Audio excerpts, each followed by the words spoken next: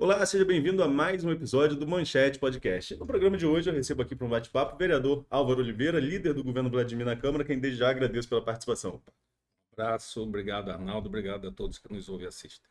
Álvaro, vamos começar a falar desse assunto mais recente e polêmico, né, que foi marcando o fim da pacificação política de Campos com a abertura de uma CPI para investigar a educação. Como que você, como líder do governo, analisa essa jogada da oposição e colocar logo uma pasta tão em evidência do governo numa CPI? Olha só, vou usar a sua palavra, jogada da oposição. E quem afirma que a pacificação ocorreu, é bom deixar frisado, é a própria oposição. Nós, hora nenhuma, eu comecei a sessão em que o presidente disse que a pacificação, só quem gosta de pacificação, vou repetir entre aspas, é a pomba branca da paz. Achei terrível isso, mas ele disse isso em plenário. E eu comecei relatando em plenário que nós continuávamos pela pacificação. Mas ele entendeu que não é possível, então quero aqui deixar claro para todos que nos ouvem e assistem que a própria oposição não está pensando no bem maior da cidade, ou seja, a pacificação para que tudo continue ocorrendo. E acho que é mais uma jogada ilegal da oposição. Por que que eu falo isso? A LDO, quando foi votada com apenas 12 vereadores em plenário. Completamente irregular e ilegal. Se você pegar o artigo 17 do regimento interno, que eu trouxe comigo, e o artigo 222, você vai ver que o regimento interno da Câmara afirma textualmente quais são os casos que o presidente pode votar. E não era o caso que eles arranjaram o presidente votar. Então, completamente ilegal. Como também, para não fugir da sua pergunta, essa CPI completamente ilegal. Por quê? Regimento interno da Câmara, lei orgânica do município. As CPIs são instaladas em ordem cronológica de apresentação. Existem pelo menos, eu digo pelo menos, que 4 tem certeza. 4 outras CPIs protocolizadas em 2022. Eu tenho uma da Enel de março de 2022. Trouxe aqui o protocolo, se você precisar ver. Então, tudo isso está sendo esquecido pelo atual presidente, que diz que prima pela legalidade. Mas é a segunda maior legalidade nesses 300 anos, mais de 300 anos de existência da Câmara Municipal. É a segunda maior por quê? Porque a primeira foi a votação da LDO com apenas 12 Mas aí, vereadores. mas aí eu queria chegar. O prefeito não vetou a LDO por completo, vetou só alguns pontos, ou seja, a lei foi sancionada. O governo, de alguma forma, ou os vereadores da base não tentaram anular essa votação na justiça, porque quando acabou aquela sessão eu escrevi, tem cheiro de judicialização isso aqui. Tava na cara que aquilo ali poderia ser Perfeito. judicializado. Mas depois não fiquei sabendo de nada, não aconteceu nada. Perfeito, aconteceu. Eu, vereador Juninho Vigílio, chegamos a nos socorrer do cartório de notas, pedimos para reduzir a ter uma sessão. Íamos judicializar aquela sessão, era tranquila, flagrante a irregularidade. E aí o próprio prefeito nos solicitou para não judicializar por conta da pacificação para que não expusesse a atual presidência pela irregularidade que ele cometeu. E ele continua querendo cometer novas irregularidades. Mas essa solicitação para que não judicializássemos foi o prefeito para não expor o atual presidente que estava em pacificação pela cidade de Campos. E mesmo assim, contra a minha vontade, contra a vontade do vereador Juninho Vigílio, nós não judicializamos a questão. E por que que ele vetou? A lei orgânica do município, no seu artigo, se eu não me engano, 43, desculpa se eu errar, afirma de forma textual que o prefeito deverá vetar qualquer coisa contra o interesse público, inconstitucional ou ilegal. Ele votou as ilegalidades que eles tinham posto de forma errônea para votar em plenário. Então, ele zerou todas as emendas postas pela oposição. Incluindo a questão do remanejamento ali em 10%, porque era 10 para o executivo, mais 20 para o legislativo, era isso mesmo? Não, é mais ou menos isso. Mais uma jogada.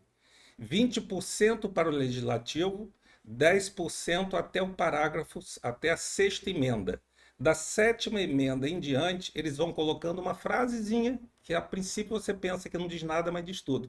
Após ouvido da Câmara, por projeto de lei, ou seja, 0% de remanejamento.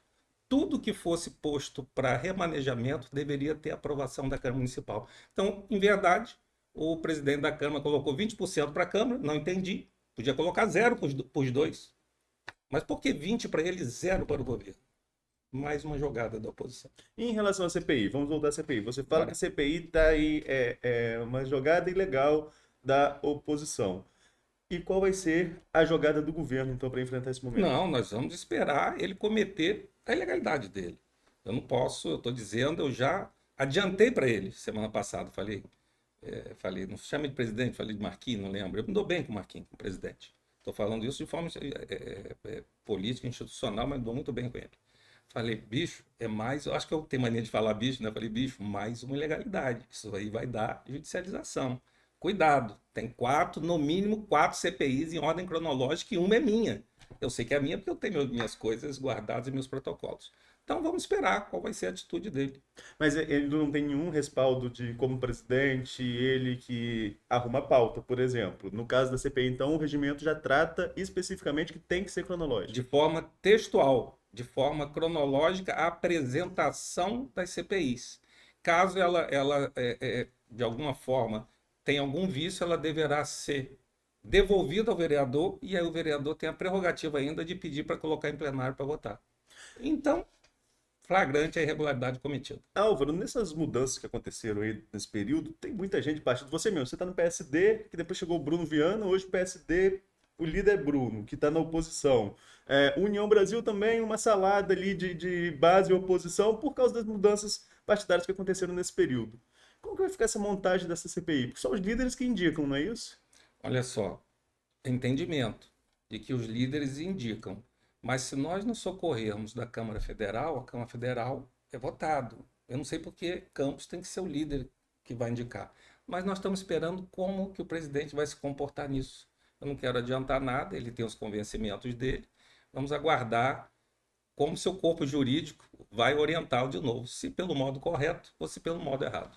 Essa legislatura tem sido mais difícil do que a anterior, Álvaro. Eu falo isso porque os 2 anos de Fábio também não foram fáceis, né? Toda aquela confusão que aconteceu, essa mudança constante de base de oposição, quem está com um número maior de vereadores, muito menos tranquilo do que o governo Rafael, que nas urnas se mostrou um governo mal avaliado pela votação que ele teve, mas teve uma jogada ali com a Câmara, vamos dizer assim, conseguiu manter a maioria quase até o finalzinho do governo.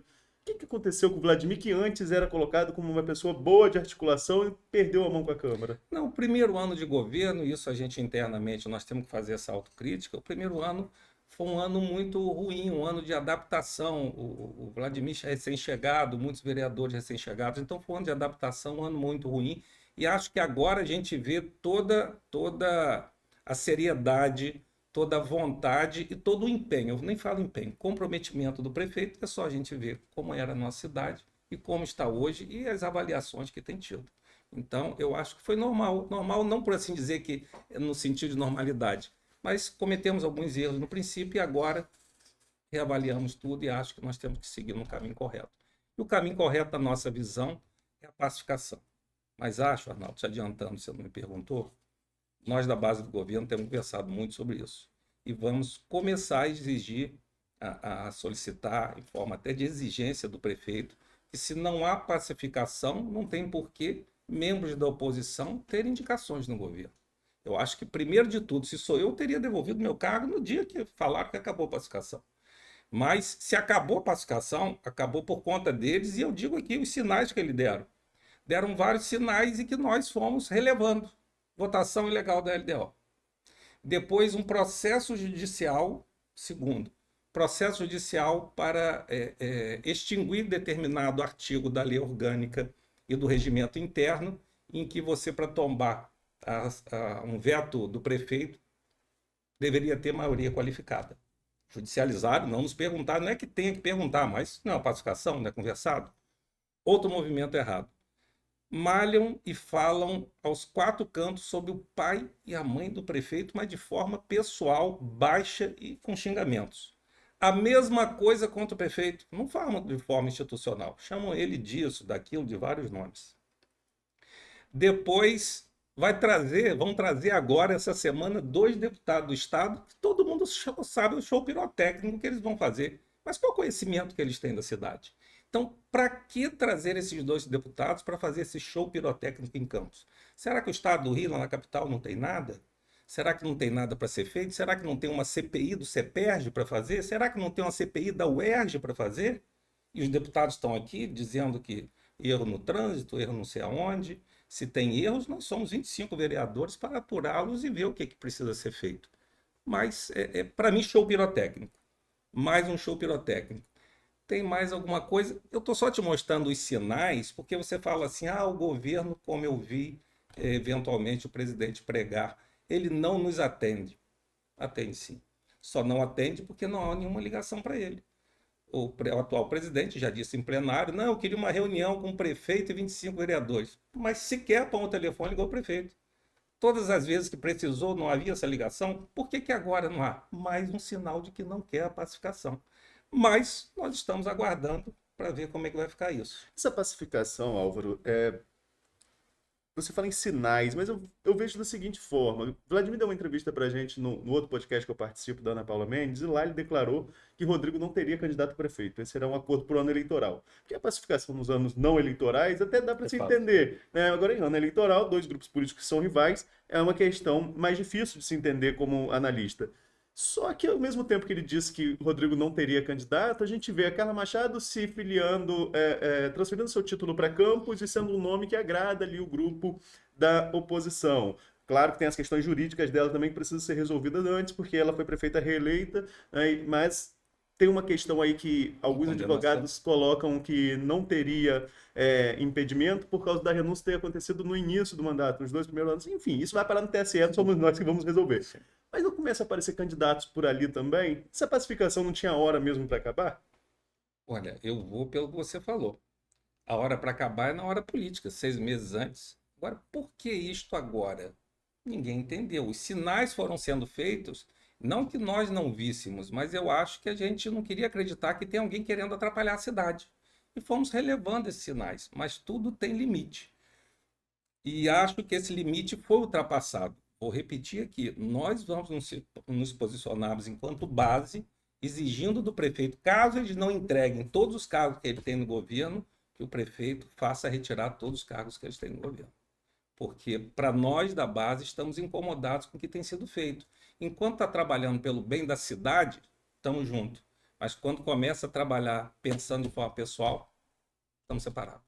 Então, o acordo de pacificação existia também essa questão de cargos dentro do governo. Sim, já foi dito isso em plenário. O Hans teve aqui, por exemplo, falou que foi indicação do Rodrigo Bacelar, a indicação dele para o turismo. Tem outra secretaria também? Tem a Secretaria de Trabalho e Renda. Turismo, Trabalho e Renda, são 2 secretarias com todos os cargos, com os RPAs. Então, tem cargos no governo, na oposição. E agora, o acordo seriam essas 2 só? Sim, pelo que eu sei, sim, se o acordo está sendo respeitado. Eu queria saber quando dizem assim, o prefeito não está respeitando. Mas não está respeitando o quê? Só porque não nos atende? Alguém aponta o telefone para ligar para o prefeito? Eu acho que é muito pequeno para quem quer trabalhar pelo bem da cidade. Essa pacificação envolveu outros atores políticos, o governador Cláudio Castro, hoje presidente da Alerj, Rodrigo Bacelar. Você, como líder de governo, sabe se já teve uma conversa com esses atores políticos também para saber como fica a situação Rio-Campos? Sinceramente, não sei e até fiz esse questionamento e espero, estou aguardando. O prefeito hoje está indo para Brasília, não consegui sentar com ele. Deve passar a semana toda em Brasília, no Rio. Creio que o Rio, Marquinhos Bacelar, disse no plenário que o acordo foi feito Rio para Campos, não foi isso? Então, nós estamos aguardando que o Rio de Janeiro se posicione. Será que isso são os vereadores aqui na Câmara ou será que é o Rio de Janeiro que está falando para acabar a pacificação? Eu não estou entendendo. O prefeito não recebeu ligação de ninguém para entender esse jogo. Como eu disse, vou repetir o que o presidente da Câmara tem dito. Que não nos atende. É muito pequeno esse não nos atende. A não ser que há algo maior, como você disse, vários candidatos surgindo. Estão surgindo aonde? Não sabemos, né? Então, vários candidatos surgindo, outras coisas ocorrendo, mas o que nos mostra no momento é o que a gente tem em mãos. O que tem em mãos é essa fala de não nos atende. Pequeno, que é só para um telefone ligar. Vamos falar um pouquinho então do governo Vladimir. Qual a sua avaliação hoje do governo? A gente tem visto as pesquisas com uma aprovação bem positiva do governo, todas as pesquisas que saíram até agora, e também uma possibilidade de primeiro turno, de vitória no primeiro turno no próximo ano. Qual é a sua análise do cenário? Minha análise é que tem muito para ser feito ainda. e creio e não consigo enxergar, e falo isso com convicção, não consigo enxergar salto alto de ninguém. O prefeito usa a famosa palavra bora trabalhar. E ele continua fazendo isso todos os dias. Hoje nós lançamos o programa do mutirãozão da saúde. 81 mil procedimentos entre cirurgias e exames de alta e média complexidade. Para quem se acha, quem fica falando, se está eleito, alguém estaria trabalhando do jeito que ele está? Ele precisaria? Não. Tem muito para ser feito. O nosso prefeito pensa não só no trabalho, mas vou usar o que ele fala todas as frases dele, é governo que cuida de pessoas. Enquanto tiver pessoas para serem cuidadas, tenho certeza que o prefeito vai estar trabalhando. A eleição é lá na frente. Agora é hora de continuar reconstruindo toda a nossa campus que foi destruída. Nós estamos a menos de um ano das eleições, como a gente falou aqui, alguns nomes começam a surgir. Há essa possibilidade da Carla Machado, como eu falei, acredito que só vai ser resolvido no TSE a situação dela, se ela vai poder ou não ser candidata por causa da questão de ter sido reeleita no município E limítrofe. também de uma condenação que ela teve, né, esses dias para trás, aí teve uma condenação. Eu não estou sabendo dessa condenação, não. Então Tem você uma me passa essa condenação aí também. Essa condenação eu não estava sabendo. Mas você tem o nome dela no tabuleiro, que é um nome influente Claro, na região, claro. Você tem o Caio Viana, que está como deputado também, que é outro nome que, com o apoio de Paes, pode surgir. O Jonathan Paes, que já foi candidato, teve aqui também, falou que vai ser candidato novamente. E alguns nomes começam a se movimentar, até mesmo para composição de chapa. Você acha que é viável pensar em primeiro turno ou tem que se trabalhar para uma reeleição em segundo turno? Sua análise desapaixonada, como disse o Marlon Guido aqui. Desapaixonada. Eu acho que... Por que os nomes estão surgindo? Exatamente que não interessa mover a cabeça da população, vamos dizer assim, né? Confundir a cabeça da população quanto quem pode e quem não pode vir. Eu só gostaria de me posicionar quanto a isso. Você só está me perguntando que você também está confuso, por assim dizer. Não é que você esteja confuso, mas a sua análise é com base no que estão te colocando, que talvez não seja verdade. Tanto é que ela tem pendência de duas coisas na justiça. Outras pessoas têm pendência. Da mesma forma como dizem que Caio não tem desejo de vir. Então, eu acho que estão jogando com o imaginário da população para poder tentar confundir. Mas o prefeito é inegável que o trabalho dele é muito bom e que ele tem grande possibilidade de se eleger no primeiro turno. E a Câmara, como que fica a arrumação partidária? Eu falei mais cedo que ficou tudo bagunçado ali com essas mudanças que aconteceram no decorrer dos anos. Como que Álvaro vai para a próxima eleição? Qual partido? Como que está se arrumando ainda as Se peças? eu falar, você vai dar risada. Ainda não sei. Isso tudo vai ser construído no momento certo. Estou falando sério, estou brincando. Não sei ainda, sei que eu vou ficar junto do governo, óbvio, né? Mas se é no partido A, B ou C, vai ser construído com entendimento, e o prefeito já disse isso, vai chamar toda a sua base, construir entendimento, e aí sim, nós vamos saber cada um vai para onde, para qual partido. Mas ali, alguns nomes parece que já estão se ajeitando. Leon com Cabo Alcimar, por exemplo, no PDT. Sim, mas Algumas o coisas estão PDT é se diferente, arrumando. são alguns partidos que já tem certinho. Mas que já tem certinho que eu digo, o Leon já está no PDT. O Alcimar também já estava afinado com o Leon para tal finalidade. Mas quanto a mim e vários outros vereadores, nós ainda estamos construindo saber. Vamos fazer uma grande chapa? Vamos fazer mais de uma? Vamos fazer duas? Vamos fazer três? Ainda não foi conversado sobre isso.